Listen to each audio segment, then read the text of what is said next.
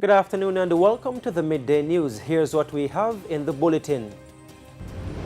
Family seeks answers following death of relative who was admitted at St. Anne's Bay Hospital. More reactions from residents in St. Thomas over hurricane preparedness. And later in sports, 2 more reggae boys arrive in Japan ahead of selection for Jamaica's upcoming games. I'm Giovanni Dennis and here are the details. There's a call this afternoon for the Health Ministry's intervention over substandard conditions at the health center in Hope Bay, Portland. Residents say water constantly settles on the property and when it rains, they have problems accessing the facility. Details in this report. Underwater, but not because of rainfall.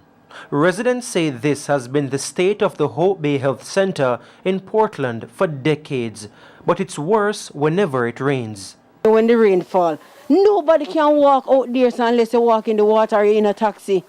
What about the people who can't afford a taxi? They have to walk in it. The workers here, the nurses and the doctors that come here, they need better working condition, just like the people of Shrewsbury. When we go up there and we see the condition where they're working, they're in comfort. These people down here don't have no comfort. And they're putting on the service just like them. When rainfall, if there's not a vehicle to take in any patient, the nurse or the nurse aide, their shoes will be wet, soaking. They have to come out of their shoes barefoot. And work has been hampered for the whole day. Peter Evans is the councillor caretaker for the Hope Bay Division. He wants the matter to be urgently addressed, especially now that the hurricane season has started and the facility is close to the seaside. He also notes that the constant settling of water in the yard causes mosquitoes to breed, and so he wants the health ministry to address the matter. I would like to see them come and dump it, lift it, that give it a good draining system so that we can mend that situation. Patients also complain that the facility has been run down over the years and needs urgent repairs. When you look at the benches, we don't have any proper seating. If the rain fall on here wet, so we don't have any much sheltering.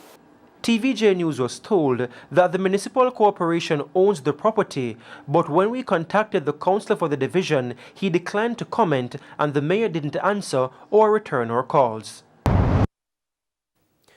More concerns amid the start of the hurricane season, this time at an emergency shelter in St. Thomas. The Ailus Valley All-Age School is almost inaccessible after heavy rains last year destroyed the only road leading to the institution. Sandy Williams visited the area recently and filed this report. A ravaged scene on the main road which provides access to the Ailus Valley All-Age School in St. Thomas. Heavy rains last year left one section of the road broken to pieces and another split, rendering the school almost inaccessible. The road is so impassable such that we had to, as a matter of fact, myself, I had to carry stuff on my head to get our isolation room done so that the school could be rendered certified for our GSAT or PEP students to sit that exam. The institution is the only school in the community and there are no alternative routes to get in and out. We are concerned that this roadway, what it presents now, goes against the safety and security policy of our school. It means that our teachers, the entire staff, the students, and even visitors are not safe. Not to mention if it rains every single day that it gets overcast, that is where the concern is being raised even more. With the start of the hurricane season, concerns have heightened as the school is a designated emergency shelter.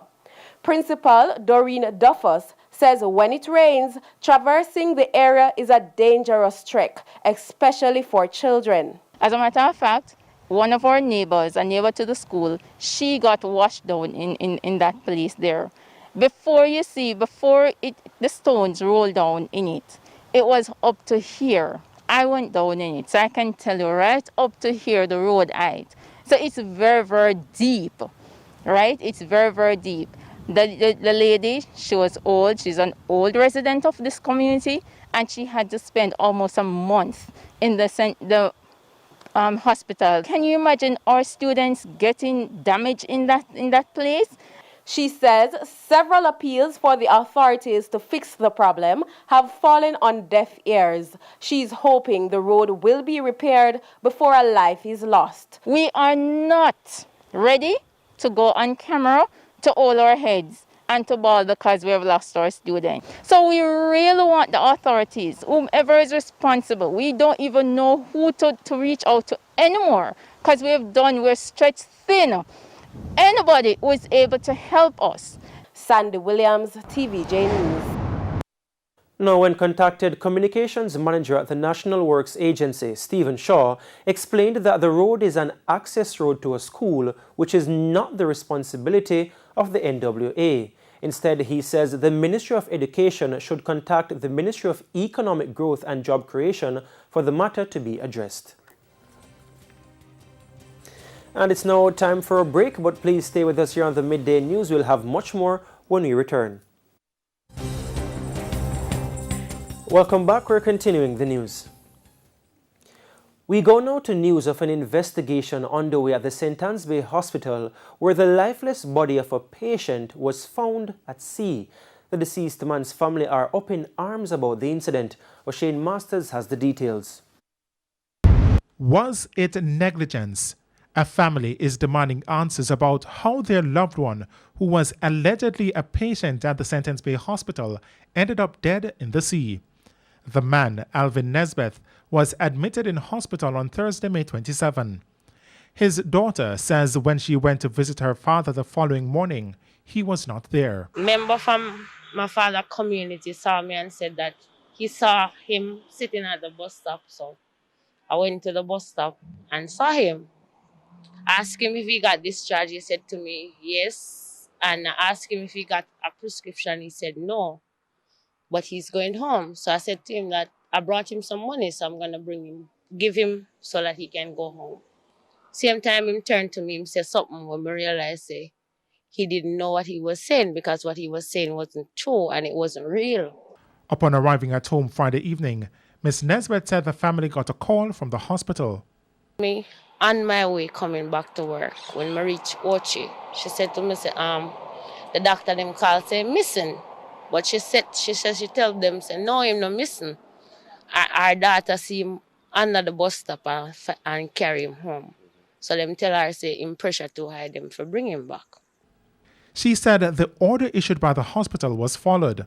However, Ms. Nesbeth noted that about 5:30 Saturday evening, she received a call from the hospital informing her that her father was again missing. She was advised to report the matter to the St. Anne's Bay Police.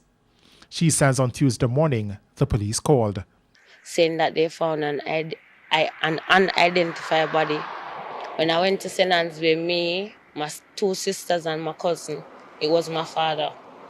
So I would like to find out what happened to my father from him. Why didn't no one see that he was missing until we find him body? Where was the security guards that are always on the ward, that they make a mental patient walk out of the hospital? So I'm seeking some help to get some answers from St. Anne's Bay Hospital. When we contacted the Chief Executive Officer of the hospital, Dennis Morgan, we were told that an investigation is being carried out. O'Shane Masters, TVJ News. We go to a developing story now where over $80 million will be spent to fix the gully at Harbour Drive in East Kingston after years of widespread erosion in the community. The project is expected to start in July. But as Kalisha Williams reports, the residents are not pleased with the timeline. Now, the perils of living on the edge are all too familiar to the people of Harbour Drive in East Kingston. Now, things fared worse in November 2020 when a large portion of the land behind these homes collapsed after days of heavy rain.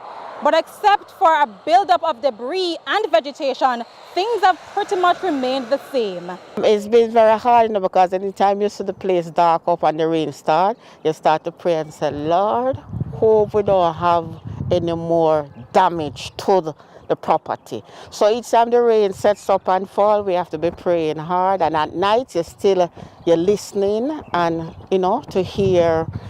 But after years of pain and protests, hope, an $80 million promise to have the gully fixed starting mid-July. But the residents are still not satisfied. I am hoping and praying that they will really begin it. And when they say they're going to do it, they're going to spend the money to fix it, and the money will use to fix it and not going to anybody's pocket. Residents should be compensated. We haven't heard that in the 80 million if we will be compensated, but we're hoping that we will be compensated for the loss of our property. And we hope that the 80 million will be do the work wisely. The proposed timeline is an issue too for Public Defender Arlene Harrison Henry, who has been actively pursuing the matter. These people in Harborview have been waiting for government to fix that problem that agencies of government, Doug, and all the people are saying is, can you please get this gully fixed? Mrs. Harrison Henry also explained that construction in Harbour Heights, followed by widespread deforestation, has led to the erosion of the gully. Now she's just hoping that the residents of Harbour Drive will soon be able to sleep at night without fear of losing their homes. To the latest now on the COVID-19, where 88 new cases of the coronavirus were confirmed on Thursday from 845 tests. The country's overall case count is now 48,821. The country's COVID-19 positivity rate now stands at 9.5%. The death toll is now 960. 9 additional deaths were recorded. 4 of the deaths were recorded in St. James and 1 each from St. Anne, Portland, Westmoreland, St. Elizabeth and Manchester. 5 of the cases were previously under investigation. 1 death is currently under investigation. In the meantime, 149 persons are hospitalized with the respiratory illness. 11 are critically ill. There are 21,537 active cases. President of the Coffee Exporters Association, Norman Grant, says the economy can receive a well-needed boost through the coffee industry. He suggests that through investments and increasing productivity, the coffee industry can move from a $20 million U.S. industry to a $100 million U.S. industry. Codian Barrett reports. Cries from coffee farmers are that the cost of 1 box of coffee is too low to combat the expenses of production. 1 box currently costs $6,000, a price point moving down from $12,000. But between paying pickers and transportation, some coffee farmers are left with little or nothing after selling. We caught up with the president of the Coffee Exporters Association, Norman Grant, who explained why the price is decreasing. Because of the lack of demand, the price and overstocking, the price of coffee on the world market fell. The price of our Blue Mountain coffee also fell. To combat this, he says there needs to be an increase in demand locally. 90% of the coffee that we produce in Jamaica is exported. 10% is consumed locally. So one of the things that we are also trying to do is to do 2 things. To initiate a campaign that creates a coffee culture in Jamaica. Also, more coffee needs to be produced to supply new markets as a long-term development. We need to move that production in the first instance to 350,000 boxes by 2025, by 2030 500,000 boxes, by 2040, 750,000 boxes, and by 2050, 1,000,000 boxes. Currently, the country produces 260,000 boxes per acre, but with the many challenges such as difficult roads, no water, and predial larceny, entering the coffee market may seem discouraging. Mr. Grant is therefore lobbying for the Ministry of Finance to critically look at the sector and reinstate the farmer exemption status and give farmers tax incentives. If a young man knows that if he goes and establish at 10 acres of coffee, he can purchase a pickup, no duty, right? And he use it in his coffee farm, right? And it's going to bring him a return of 15 or 20% in year 1, 2, and 3, right? And his profits is also going to be exempted, right? He will be excited about that. He says if the agriculture sector was given the investment it deserves, the contribution to gross domestic product would be higher, export costs would be lower, and crime could also see a decline. Kodian Barrett, TVJ News. To a TVJ News follow-up, Scotiabank is refuting claims of closing its branch in Port Maria St. Mary. What has changed, according to the bank, is its business model. Up to Friday, May 28th, the branch offered full services, meaning that they offered cash over the counter through teleservices. They offered customer service, transaction processing in the banking hall. But since the end of May, we have changed the model to what we refer to as our digital banking model. And simply put, what our digital banking model represents is that there is no over-the-counter cash.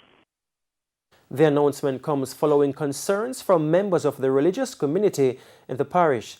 Now, the bank closed its doors in April, encouraging customers to use its online platforms and ATMs.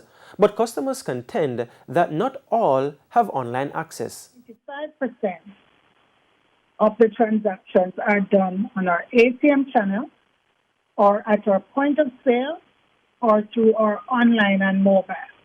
So we have over 33% of total transactions conducted at our ATM. President and CEO of Scotia Group, Audrey Togwell Henry, says despite the change in the branch's model, help is still available for those who need it. And we now head to a quick break, but Simon Preston is standing by with sports, so please stand by. We'll be right back.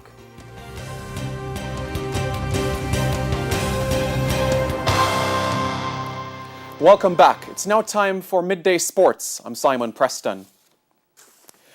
Reggae boys Adrian Mariappa and Ravel Morrison have arrived in Japan and are all available for selection for Jamaica's upcoming games. This brings the number of players in camp to 20 as Jamaica prepares to play Serbia on June 7 and Japan's Olympic team on June 12. The last time Morrison represented Jamaica was in their 2-1 victory over Saudi Arabia in November 2020. Mariappa, who has been a national player since 2012, has made 50 appearances for the Reggae Boys. Reggae Boys defender Ethan Pinnock has been named in the English Championship Team of the Season for the 2020-2021 campaign. More in this report. The 28-year-old played a pivotal role for Brentford as he was part of the team that kept 21 clean sheets in 48 games in all competitions. Brentford were promoted to the Premier League last weekend after blanking Reggae Boy Jamal Lowe and Swansea City 2-0 in the playoff final. Meanwhile, Reggae Boys target Ivan Toney has also been named in the Championship Team of the Season after netting 33 goals in 52 appearances in all competitions. This will be the first time Brentford are playing in the top flight of English football since 1947. Brentford, Watford and Norwich City are the promoted teams that will play Premier League football next season. The 2021-2022 season of the English Premier League is slated to kick off on August 14. A bit closer to home now as Mexico will face the United States in the final of the CONCACAF Nations League as both teams recorded semi-final victories in Denver on Thursday. In the curtain raiser, the Americans clipped Honduras 1-0. Jordan Sebachu scored the all-important goal in the 89th minute. This game was officiated by Jamaican O'Shane Nation. Another Jamaican in Jasset Carr Wilson was the assistant, while Daniel Parchment was the video assistant referee. In semi-final 2, Mexico defeated Costa Rica 5-4 on penalties after a 0-0 scoreline in 90 minutes. Mexico will face the United States in the final on Sunday. The third-place playoff between Honduras and Costa Rica will also be played on Sunday. To cricket we go now, as after having the last few weeks off, former West Indies Test captain Jason Holder has joined the Red Ball squad in St. Lucia ahead of the series against South Africa. The 29-year-old, who is rated as the top all-rounder in Test cricket, is optimistic about the Caribbean side's chances of a favourable result.